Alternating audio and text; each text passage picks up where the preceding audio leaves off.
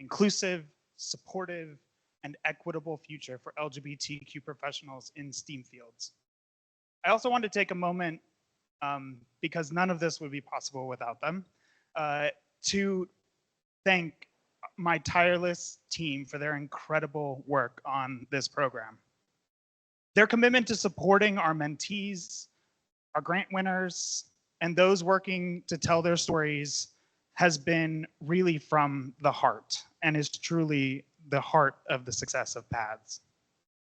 It is their constant focus and uplifting our community to ensure that every LGBTQ individual who dreams of being in a STEAM field knows that their journey is not only possible, but it will be supported every step of the way.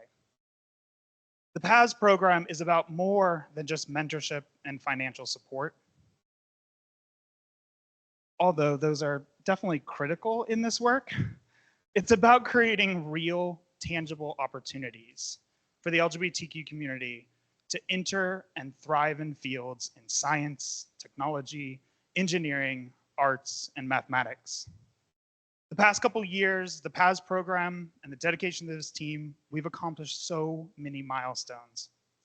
In 2023, we awarded nearly $75,000 worth of educational grants to 22 of our mentees. This year, we accepted 30 applications to become mentees within the PATHS program, including 24 additional that were recipients of grants.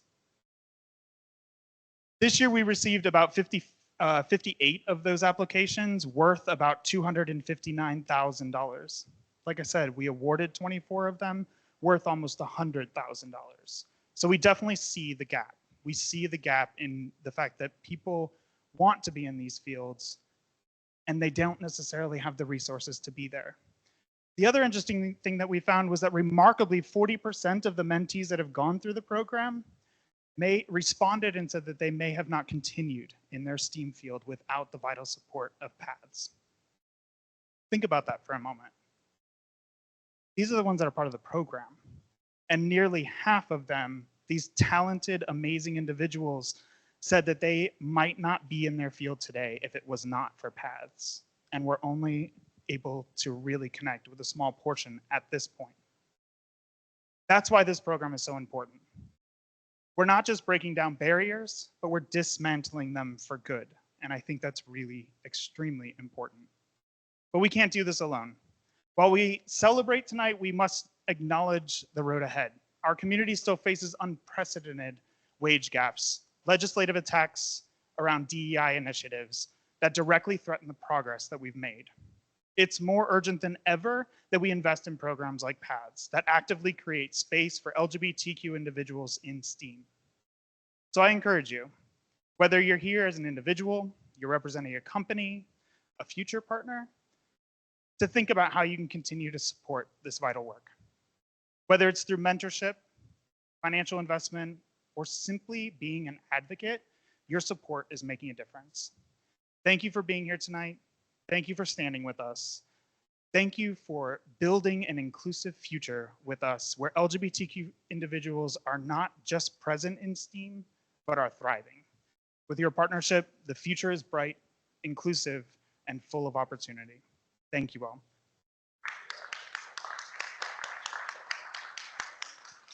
With that, I'm going to introduce one of the individuals, but the leader of that, who has really brought this program to life, our Director of Programs, Kristen Kelly.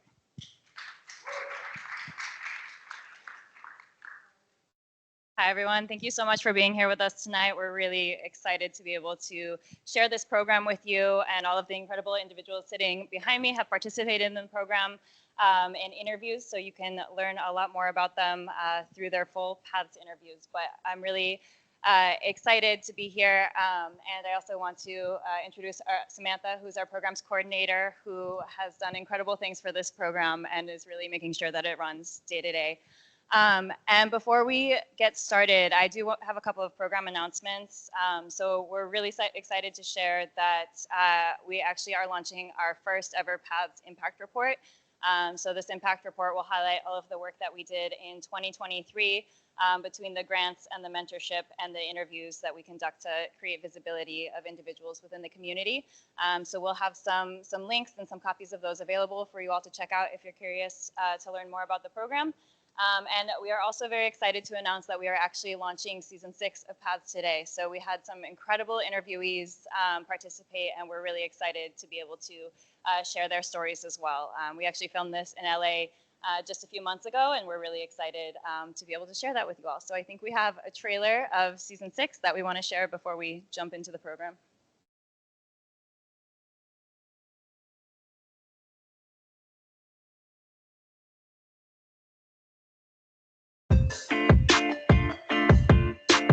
So my name is Sir Lex Kennedy. My pronouns are he, they, and sir. I am a producer and Just because we're LGBT tech doesn't mean we don't have tech issues.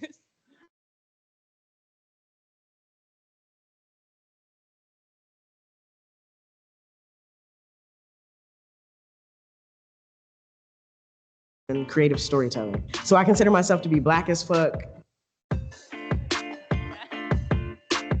So my name is Sir Lex Kennedy. My pronouns are he, they, and sir. I am a producer and creative storytelling. So I consider myself to be Black as fuck, queer as fuck, and hella radical. So my name is Marco Carfagnini. I use pronouns, and my profession is I'm an assistant professor of mathematics at the University of Melbourne. I'm very comfortable being a man, but I do think of fluidity as part of my identity. My name is LaRonda Frost. I'm a mobile engineering team lead, and my pronouns are she, her, and hers. I identify as a lesbian. My name is Sammy Ortoleva. I use he, him pronouns, but any are also acceptable.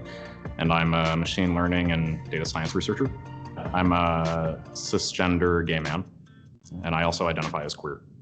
My name is Diego Gonzalez Medina.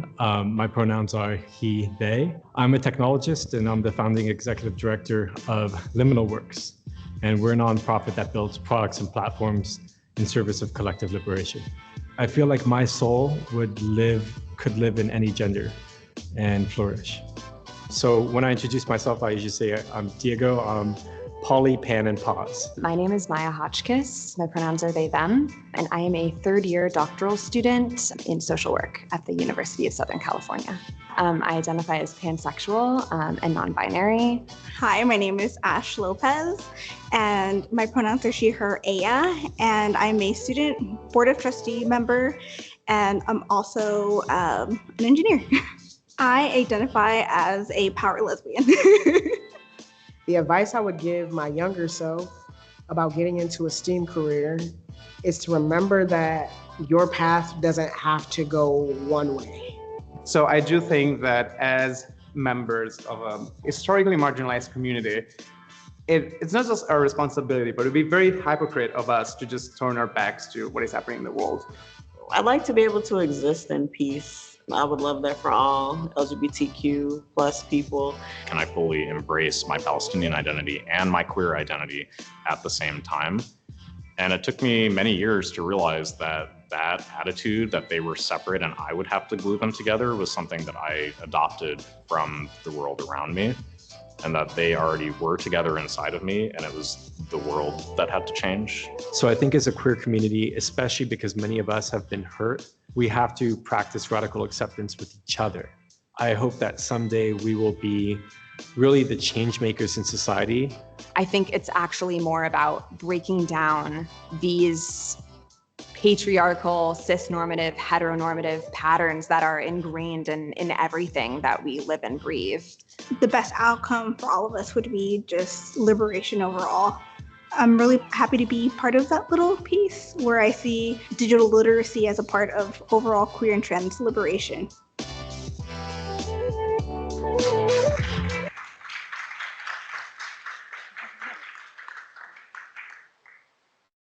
So one of the absolute biggest pleasures of this job is having the opportunity to connect with queer folks and hear about their stories and really get to learn about their lives and conduct these interviews. So the trailer will be live this week, and every Thursday starting next week, we'll be launching a new episode, so you can learn a little bit more from everybody that you just heard from. But for now, we're really excited to present our incredible panelists, so you all can learn a little bit more about their experiences. So I'm gonna have you all start off by introducing yourselves, actually. So if you could just share your name, your pronouns, your job title, and also if you could share one thing that you're proud of in your career. And we can start. Yeah.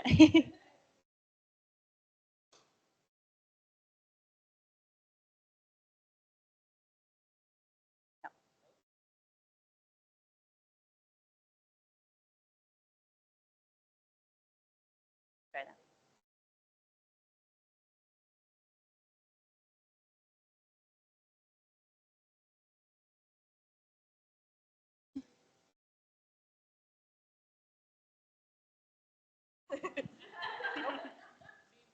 Teamwork. Hello. That one's All right. Okay. Oh, yeah, that's it. Okay. All right. So my name is Nicholas Scott, pronouns he, him.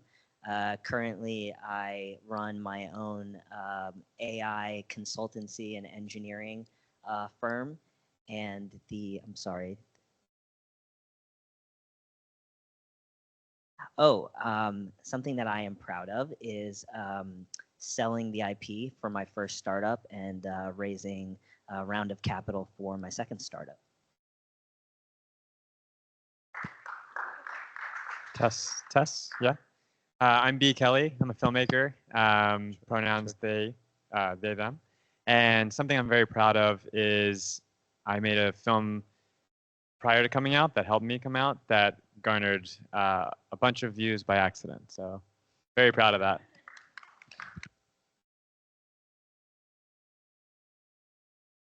Hi, I'm Jack Farzan. I use any pronouns. I'm the senior site reliability engineer on the Content Authenticity Initiative at Adobe. And something I'm very proud of in my career is I'm really good at saying no.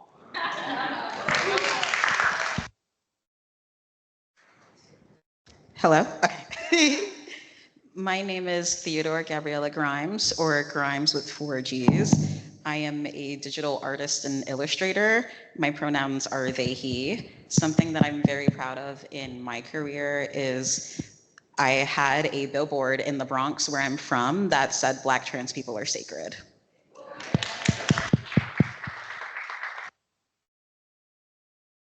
Is this working now? Okay. Okay.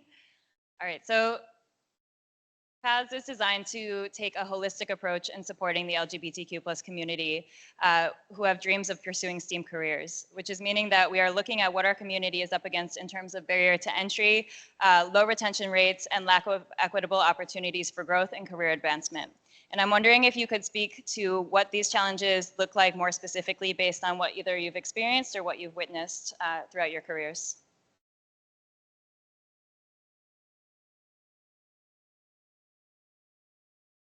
Hello? All right.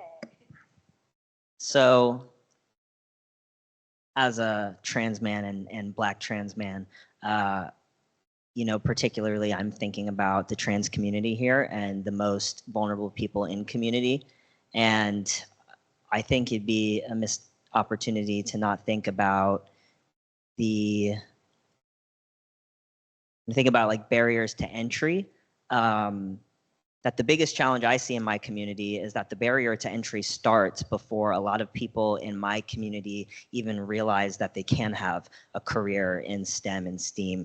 And, you know, that makes me very sad. I think that, you know, if you were to talk to people who weren't aware of some of the challenges you see in that community, a lot of housing instability, unemployment, and I'm really thinking about, you know, trans women of color here as most affected. I think what I got out of my career, I would want for them. You know, I was able to,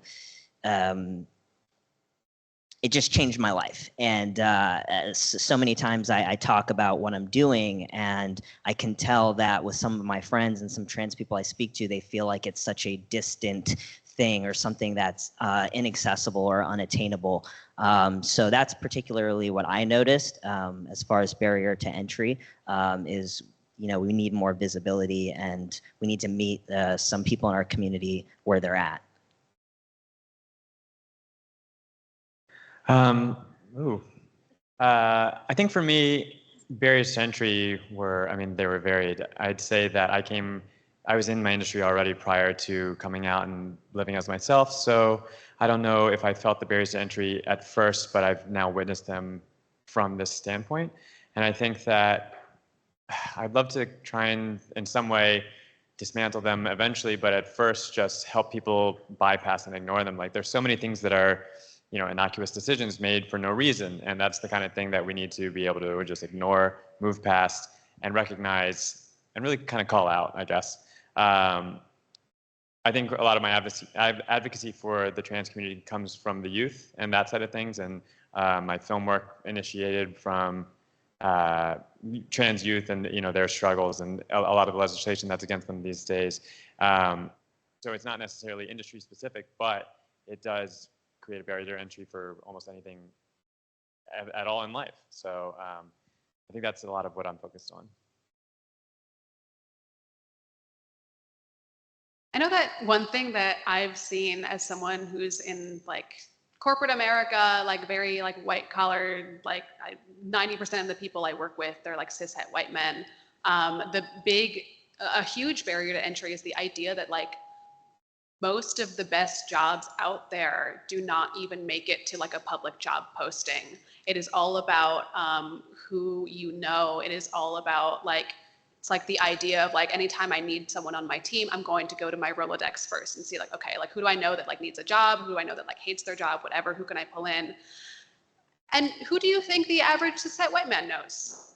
A lot of other cishet white men. So that is such a struggle that we have to try to get past and advocate for, that someone as a job seeker can't necessarily just be psychic and know that there's an internal job posting out there. But the thing that I want to try to focus on for myself and for other people that already do have that access is you need to really hammer home with these people, with these allies that are there, and tell them that you need to do more to reach out to people who are marginalized, who don't have those opportunities. You need to make more of an effort to put those people first as much as you can, as far as HR will let you, because sometimes they'll say, oh, you can't write on paper that you're doing that, but you can still do it though.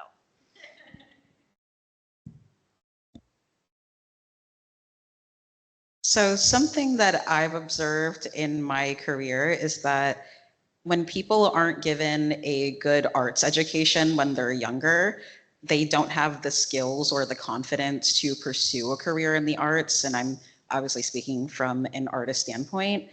And for myself, I've definitely seen in my career as well that I've been told to tone down the queerness in my artwork because my artwork does center trans specifically and queer people of color. And that can be a little too political for sorry. The microphone had a huge issue with that. So I do notice that because of the nature of my artwork, I will see blockages in my career and be told that, they're looking for someone who isn't as openly queer, and being openly queer is a pretty big part of my career for me. I have only focused on portraying queer and trans people of color for years now. Oh, there we go. Yeah, for sure. And I think something that we constantly go back to is this idea of our queerness and our ties to the community as a superpower to what we do and what we work and what we bring to the table. So as follow up to that, what do you think is, or if you could share, a pivotal moment in your career where your identity or your being a part of the LGBTQ plus community played a role into your job or your journey in STEAM? this can be in a row, or you guys can go all the way around. Whoever wants to jump in first. Okay.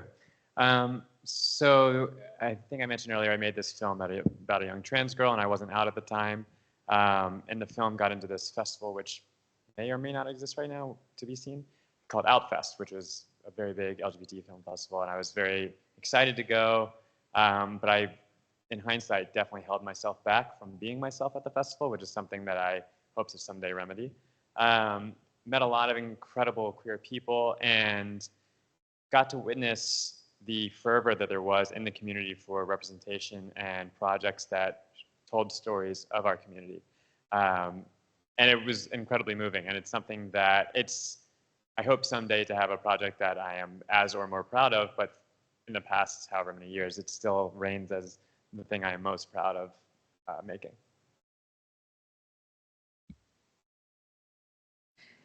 A pivotal moment for me in my career is about 5 or 6 years ago when my career initially took off. I had been illustrating for a couple of years at that point, but I felt that my artwork didn't really have a direction that I wanted to follow. And I joined the online arts community on Instagram in particular, and I connected with so many incredible artists who were portraying people of color and others were portraying queer people, but I noticed that none of them were really showing people who looked like me and my queer Black experience, or the people that I grew up with. As you know, New York City is incredibly diverse.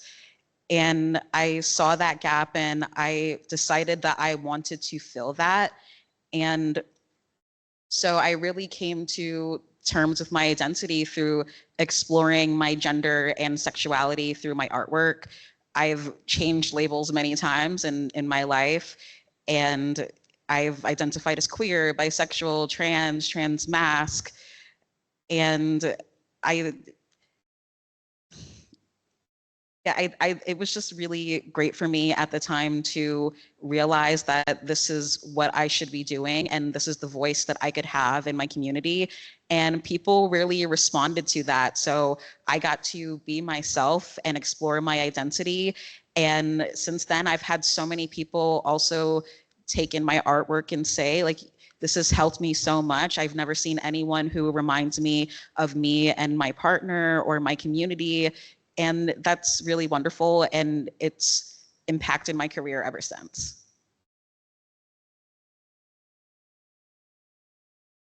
I think it's, when we were previewed these questions earlier, sorry, let that cat out of the bag.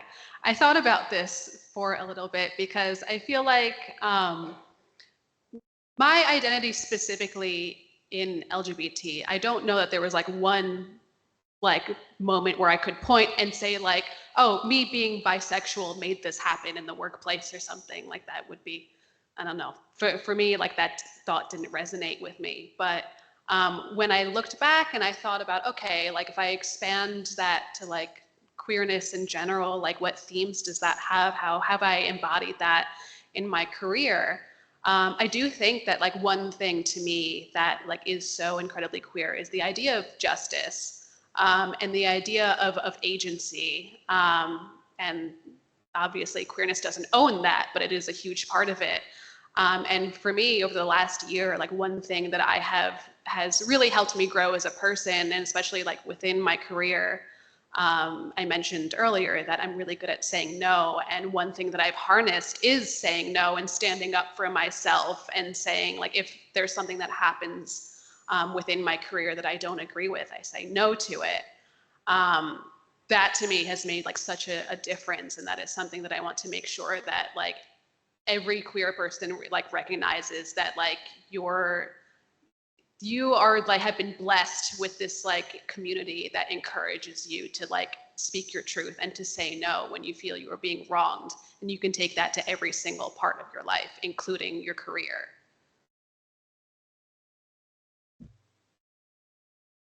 Okay, so I think a pivotal moment for me in my career was simply starting my career. And, you know, it was much easier said than done because, you know, being 33, I, you know, left high school at an interesting time where the internet wasn't, it is now. And so I made the conscious decision not to really do college. I mean, I did a couple semesters just to not have the FOMO of not having done it. But I think I inherently knew that what I was destined to do did not exist in a college curriculum at that time. I mean, they certainly weren't talking about software engineering or anything technical in schools in North Carolina back in 2009. And so I think I knew it just wasn't there. And I'm like, I'm not going to blow all this money on something that's not my calling anyway. And so what I really had to do for the first couple of years is just have faith and just kind of grind a little bit until it came to me. And just skipping ahead, coming to terms with my gender identity, realizing I'm trans. I'm like, I'm going to go to New York, start my transition, get out of North Carolina. I went into fashion, but honestly, that fashion was working in retail for $11 an hour. And I think fashion was great for helping me celebrate my gender identity, because there's a lot of queerness in fashion, so I felt embraced. But I think what felt really empowering was once I did take the leap and transition, I realized, well, I don't need to cling to this retail anymore, that I can want more for myself. And just because I don't have a degree doesn't mean I'm not qualified to do anything amazing. And so I simply just found the courage one day to stop working as much, start doing night shifts, and teaching myself what I thought would be a profitable skill. And I taught myself to code, learned a little bit about marketing, product management, and all it took was about a year and a half of doing that. And from that point to this day, I've known a sense of confidence and financial freedom that I never would have known if I stayed there, stuck in that kind of limiting belief. So yeah.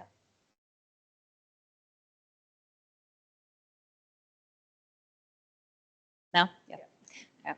And I think that's why I think tech in particular, but other STEAM fields as well, are such a great place for queer and trans people to be looking, because a lot of the times we don't have the encouragement or the resources to pursue some of those fields or other fields that can provide financial stability kind of from a younger traditional educational standpoint. And so I think the fact that there are skills that that can be self-taught, or there are other resources like certification courses or community college classes or whatnot that can get you to where you need to be to really establish a career in those fields, makes it really important that folks know that that's an option for them.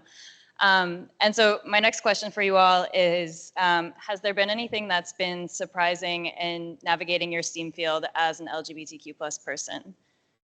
And can I throw that to Jack first? I think the surprising thing was realizing that, like, to some extent, you, like me, an individual, you can be like one of the biggest roadblocks in your own path.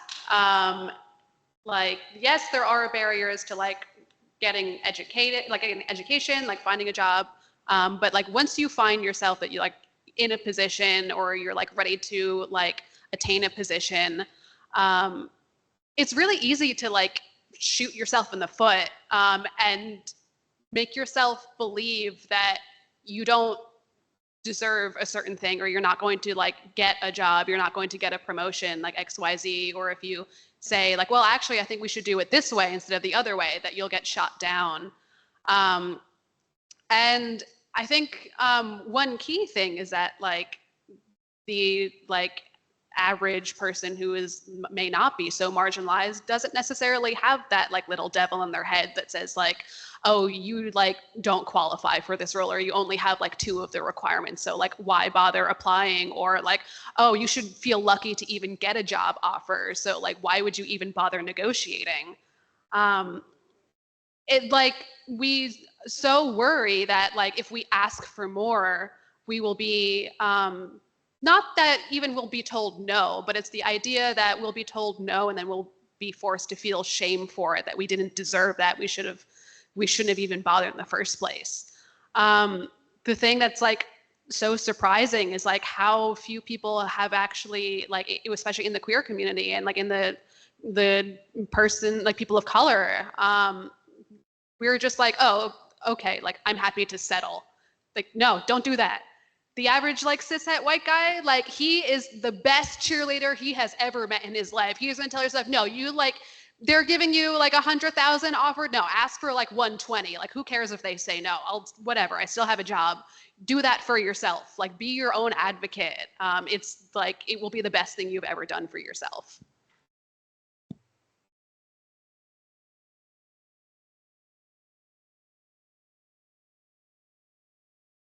So I'd say the surprising thing for me, again, speaking perspective as, Black or biracial trans man, is, my entire life has been kind of navigating liminal in-between spaces and somehow trying to like find peace or balance in the tension of like what I call warring identities, really. And I really think for most people, it aren't me, it would tear them apart. And for whatever reason, gravitating into tech, and as I gave context earlier, it wasn't a linear path into tech. I started in digital marketing from fashion. From digital marketing, I went into marketing automation, realized, oh, I'm good at the tech part and everybody else sucks at this. And then automation became my gateway drug, and understanding how like data works and applications work. So then I'm like, I'm going to get really serious about teaching myself how to code. And then I was like, in the meantime, I'm at least going to get a job in product management and be closer to the code. And then, one day I end up in engineering. And, having touched all of those things, the surprising thing I learned was that there's a reason I was good at all those things. There's a reason I didn't fit in one specific role. And it is because of who I am and how I've lived. And people, my mentors, my clients, even my investor were the ones who affirmed this and would constantly say, Nick, like, you execute magic repeatedly. I don't even understand how your mind works, but you have like the perspective of everybody on the team. And they were like, you can communicate with everybody on the team. And I realized that exact skill was why clients told me that they hired me. And just closing with one sentence, I'll always remember that my friend and investor said in a recommendation that he wrote when I humbly needed to get a job during COVID. My last business wasn't making any money, and I said, I think I need to, go get a gig at a startup and get some money. And I asked him to write a recommendation letter for me. And he literally said, Nick, something about being brilliant. And he said, even though he's applying for an engineering role, don't be afraid to invite him to the marketing meetings and, and give him space to grow and talk to everybody on the team, because he's going to synthesize all these ideas from everybody, and that's where he's going to really produce for you. And hearing that solidified it for me, like, because of who I am, that's why I can do that.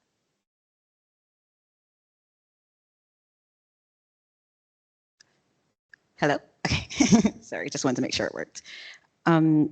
So I'm someone who, I'm West Indian. I grew up in the Christian church, and I have very much been discouraged to be my queer self. I am someone who always knew I was different from the people around me, but didn't have the language to describe that.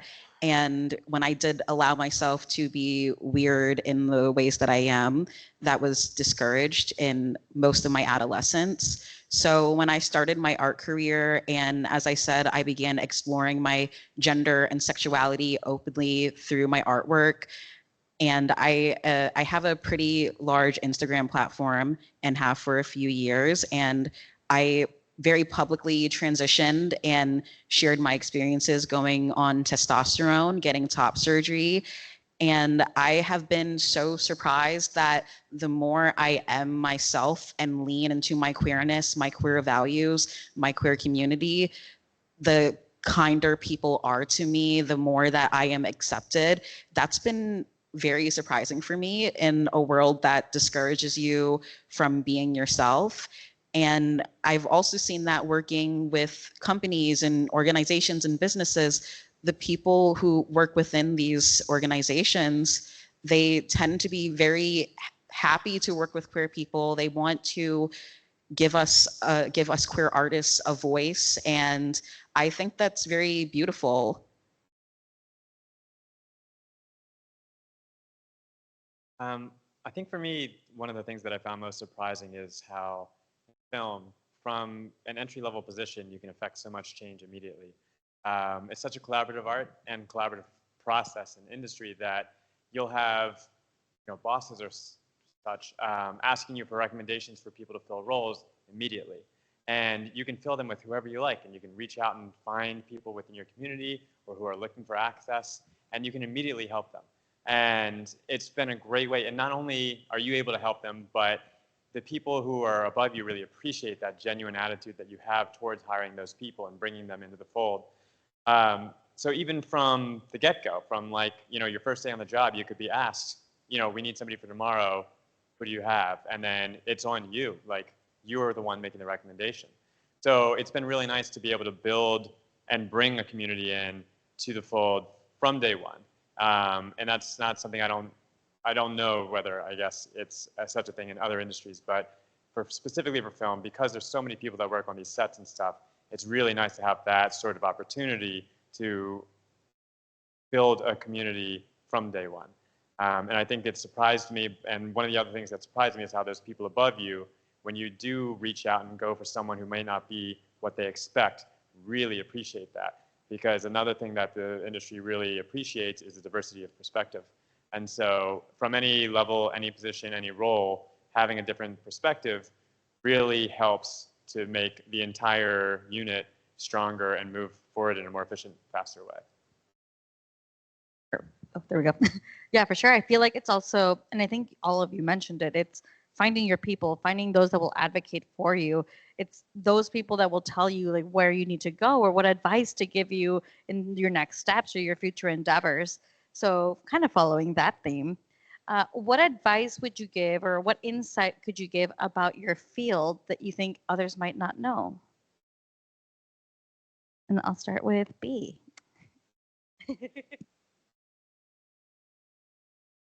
Advice that people don't know. Oh, one thing I was talking about earlier is in film, it doesn't matter what your passion is. It could be accounting, it could be carpentry, it could be literally anything there is. There's a way to work in film through that. I mean, the Carpenters Union is such a strong union. Every film uses carpenters, every show, everything. So there's something out there for everybody if you're interested. It's like, if you're like, oh, I've always wanted to make movies, but I like doing XYZ, do XYZ, do it. Join the industry. Another thing is don't ever burn bridges, because the people that you're working with are essentially your new graduating class, and you all move up together. And so just because this person's working this position one day doesn't mean they don't dream of doing something else. And you can be the one to help them achieve that, and vice versa, they can help you achieve your own goals. So I would say the thing that people might not know is whatever you want to do, you can do it in film. And in addition, don't ever underestimate people and don't ever devalue people just because of what they're doing today.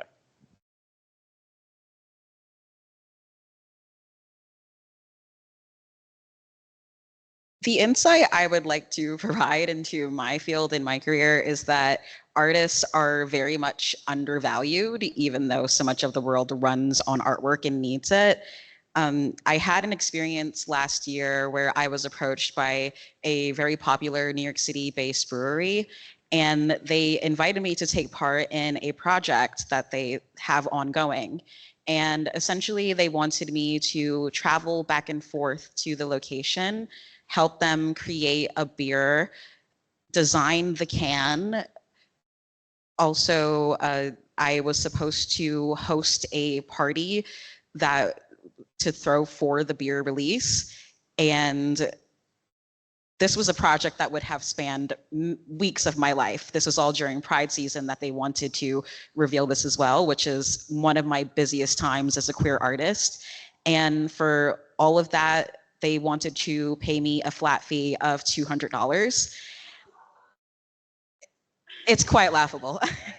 And when I did express to them that this was a disrespectful amount of money to offer me, especially because they wanted me to promote this on my platform, they basically told me that it's more of an opportunity for me to, get seen and instead of getting paid. And it was pretty disrespectful.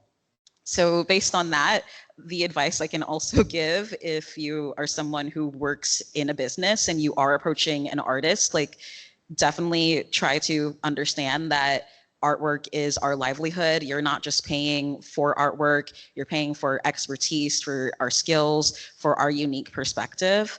And to people who want to pursue something in the arts, just don't allow yourself to take on work that is a lot for very little in return.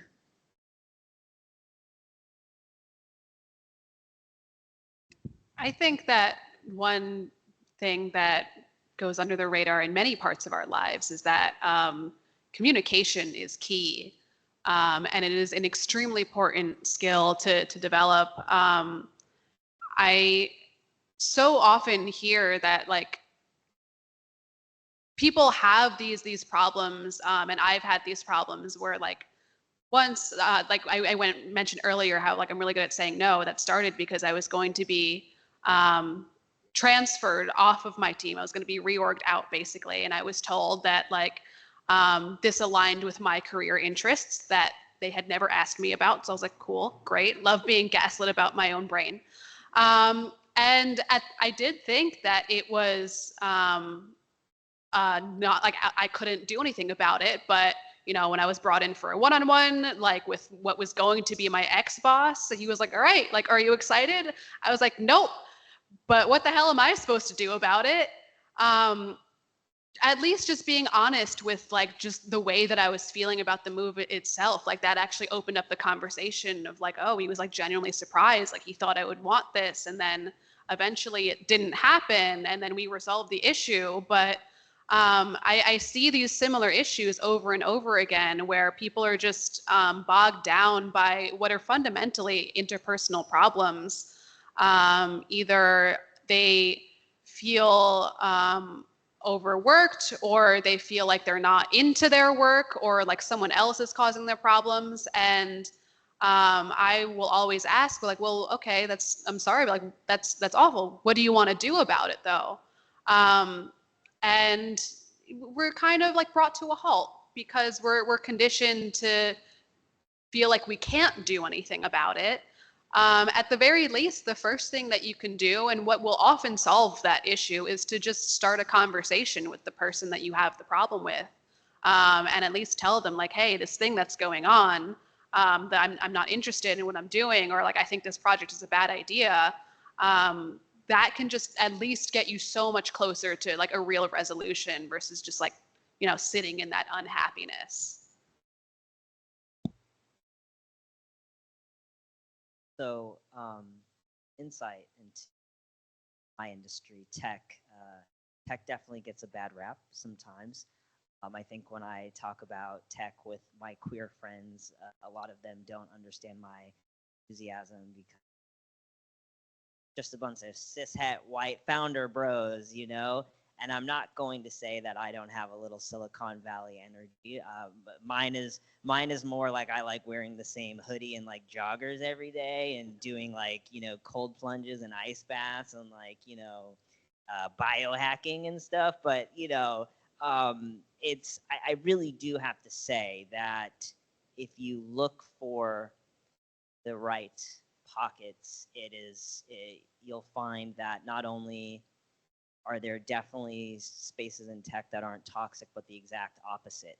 And an anecdote to prove that is, first of all, I also want to lead with the context that this might look different if you are trying to go for a corporate tech job as an employee.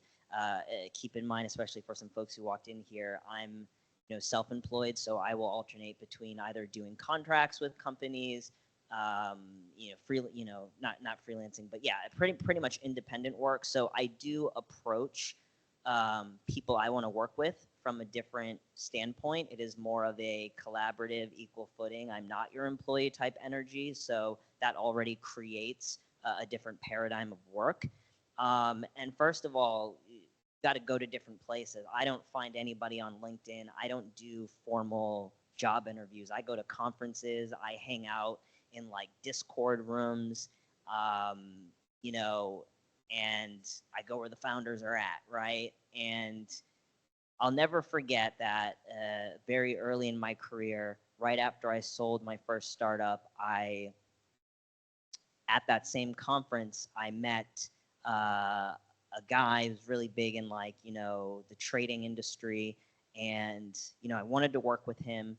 And honestly, all it took was not all it took, we just organically became friends. We were in the same friend group, and just when you do that, organic conversations happen. And people are going to talk about what their problems are, particularly founders and clients. And your job, if you are a freelancer or a contractor, is to figure out what you have that can solve those problems. And again, talk about it in a very organic, authentic way. And when you do that, you'll find that the need for interviews and resumes takes a back seat. These types of conversations were exactly what got me jobs or new clients.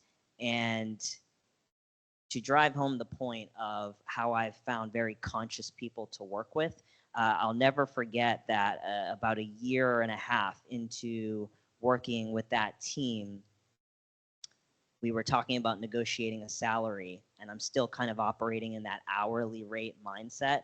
And the CEO was like, Nick, he was like, how much money do you need to live comfortably and happily every month? That's what I'm going to give you, And that first time hearing that, I'm like, great, And then shortly after, I'd say a year after that, I'm ready to move out of living with 4 roommates and get my own apartment, for me and my girlfriend.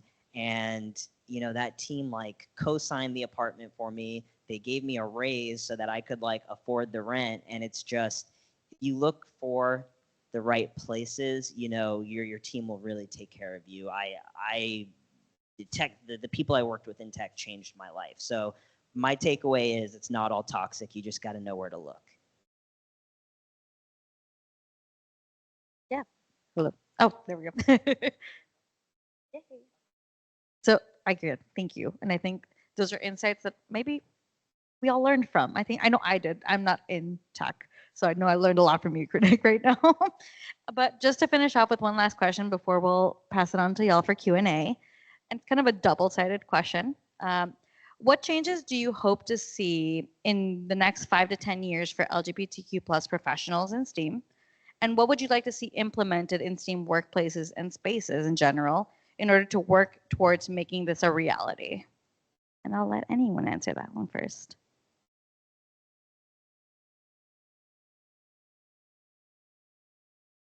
Well, as I said when we started the panel, that when we were talking about barriers to entry, and I'm thinking about the trans community, and I'm thinking about people of color in the trans community who don't even know that some of these fields exist and that they are attainable, I'd like to see more intentional outreach in those communities. I'd like to see more creative ways of creating paths of discovery for these types of roles. And as I said, it's very important to meet some people in community where they're at, especially vulnerable folks in community, because we can't just expect that they're going to walk into workshops or just, know how to gravitate to the resource. Sometimes you've got to bring it to the community. And as I really emphasized, I think of a lot of my friends who are in survival mode, who feel like they have no choice but to do sex work or nightlife. And if they're not doing that, maybe they're involved in ballroom, and all of those things are very socially demanding, which leaves very little bandwidth to go out and find these things. And so, I'd like to see more, businesses and organizations get into community, like sponsor a ball, find some fresh, brilliant minds, like in the Kiki ballroom scene, You know, and now that we've, you know, expanded to include the arts, I know so many brilliant artistic people in the trans community. So I would like to see not just that these resources exist, but deliberately being brought into spaces in community where they're more relevant.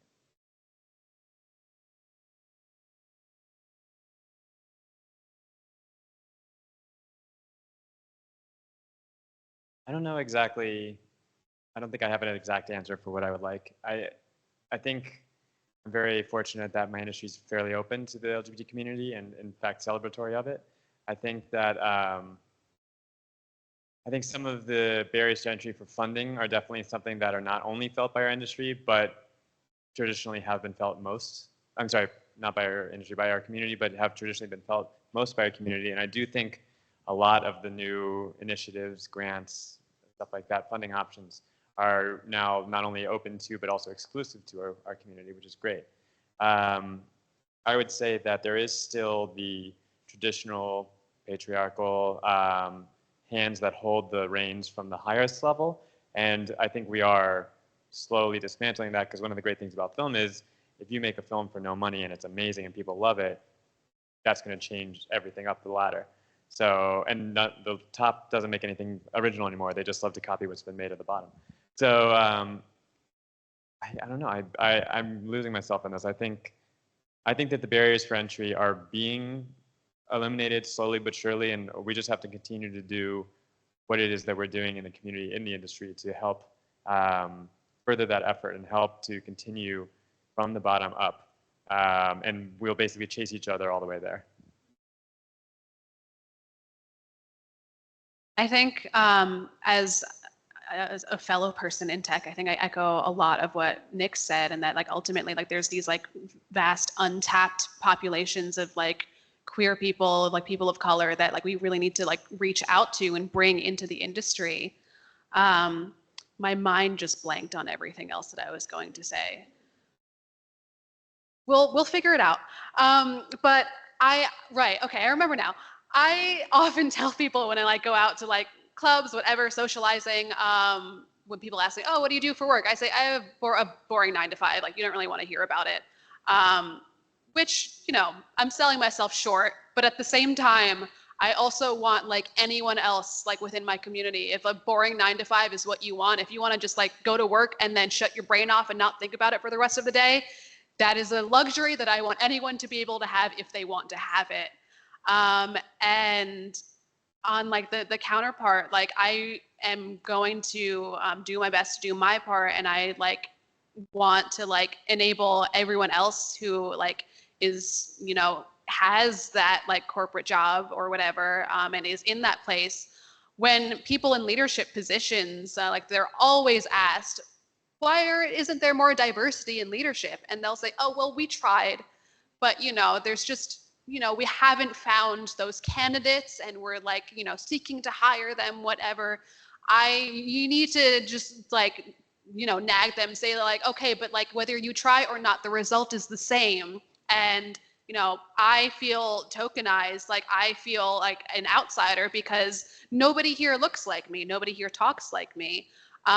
So it's like a double-sided force of just like we need to be both like reaching out to communities that are underrepresented, as well as the people that are already in those positions of power who can already do something about it. We need to just like not let them, like we need to not shut up about it and be like, okay, there's so much more that you can actually be doing to make a difference here.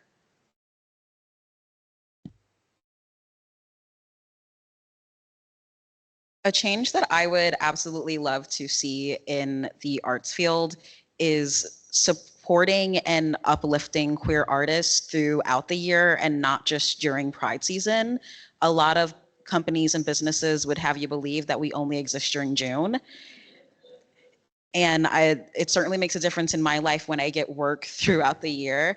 I think some of the most talented, incredible people I've met in my life have been queer people who have a lot to give the world, but they are only able to give that to the world during Pride Month. And it's not actually appropriate at all that we are expected to make the majority of our money in our life during 1 month of the year.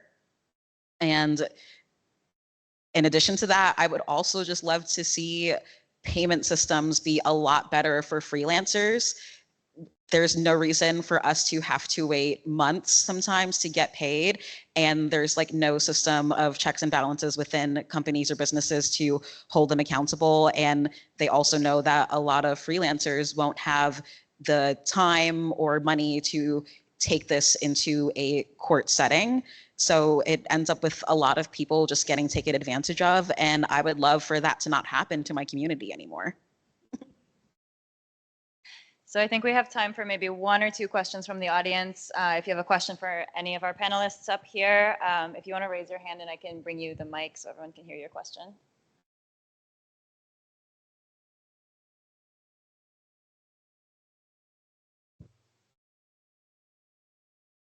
I really appreciated everything that y'all have to say. My question is directed to Jack for being able to, I recently also just came into the power of saying no. I think it makes for a highly effective team, highly effective company, and just wondering how you've been able to propagate that power to your coworkers to empower them also to say no and showcase that it's okay and it actually leads to good things.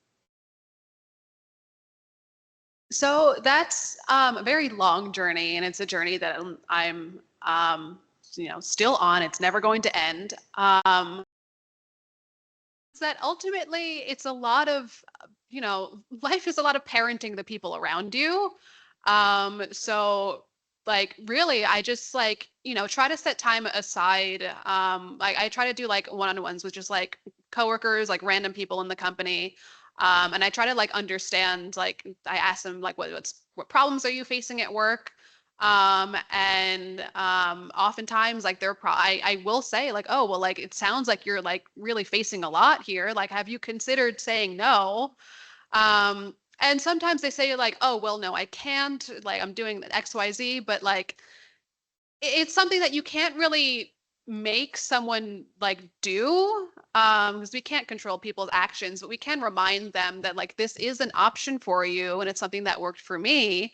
And it just like being that sort of like steady presence and like reminding them that like, oh, well, like, if you're working late hours, like you actually don't have to do that. And like, it's not the end of the world if a project, like if you miss a deadline or whatever, because that is a management problem.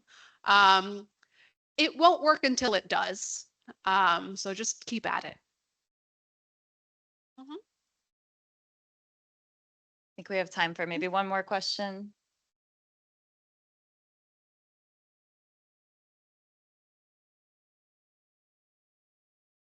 Thank you. So also a fellow North Carolinian that got abruptly catapulted to the Bay Area, and I know how expensive it is there. So one of the things I'm super passionate about is housing and making sure that queer people have housing as a facilitator for their career. What are some other barriers that you've experienced upon entry to your career that if you could have waved a magic wand, if somebody could have assisted you in some way that might have eased that transition into the STEAM industry? And this is open for everybody.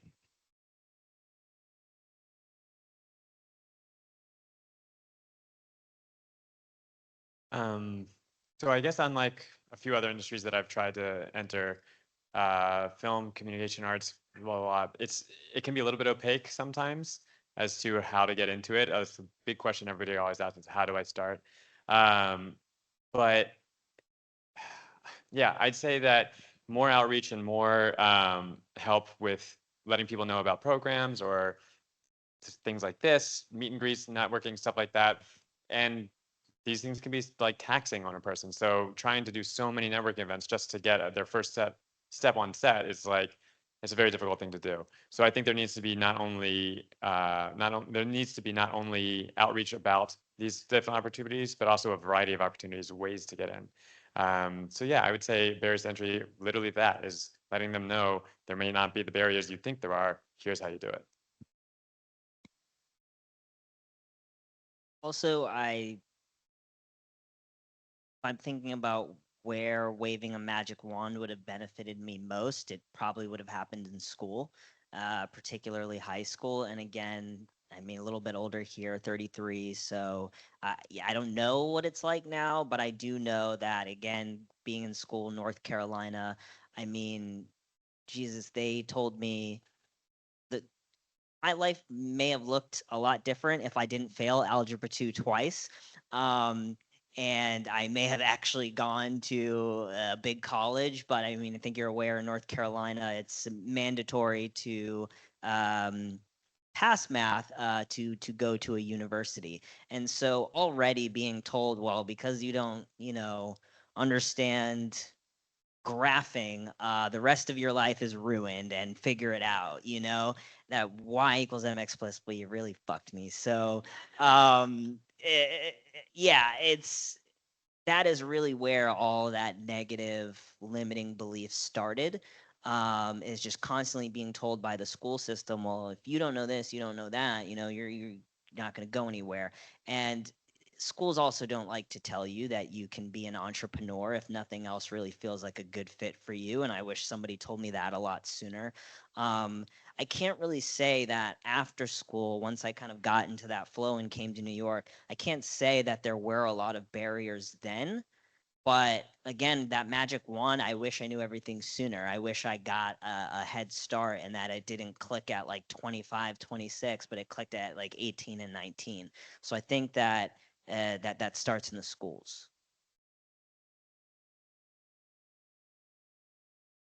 If I could wave a magic wand, definitely at the beginning of my career, I would have tried to get a home.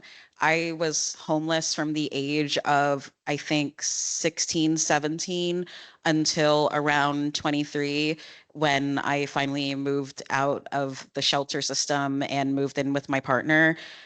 But I lived in a shelter with my older brother and my mom for many years of my life.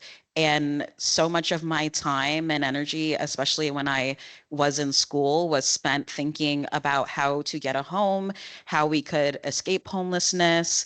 I was pressured by the shelter system to not even go to school and get a degree, to just get a job so that I wouldn't have to be basically a burden of the state anymore.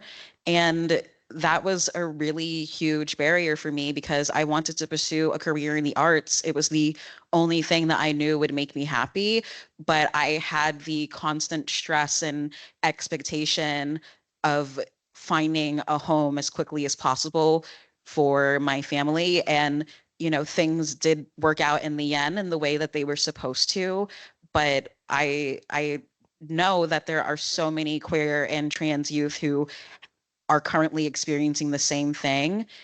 And there are just too many homes in the country for anyone to be homeless. This is not something that I think should be a burden on anyone. I'm a little conflicted about my answer, but I feel like for me, if someone could wave a magic wand, I would want all of my trauma to have disappeared.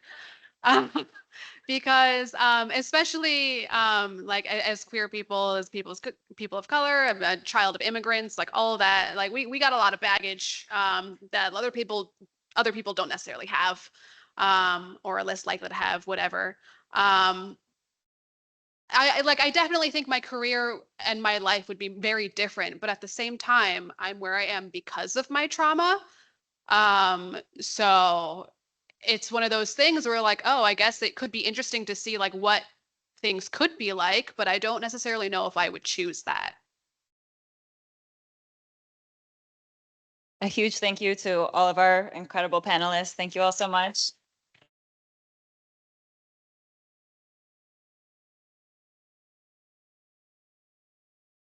And again, if you're interested and want to learn more about any of these folks up here, you can watch their Paths interview on pathslgbtq.org. And I don't know if any of these folks are in the room right now, actually, but I did want to do a few more shout outs. I wanted to give a huge thanks to Max Scaff, who is our videographer, and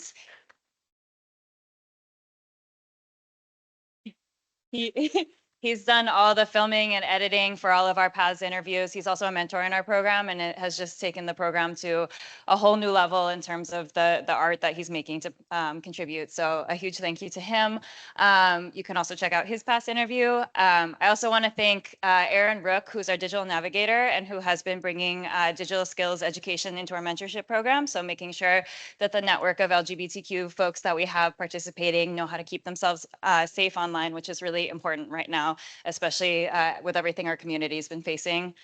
And also a huge thank you to Tatiana Ithier, who is our communications communications coordinator and event planner. And without her, none of this would have happened. So thank you all.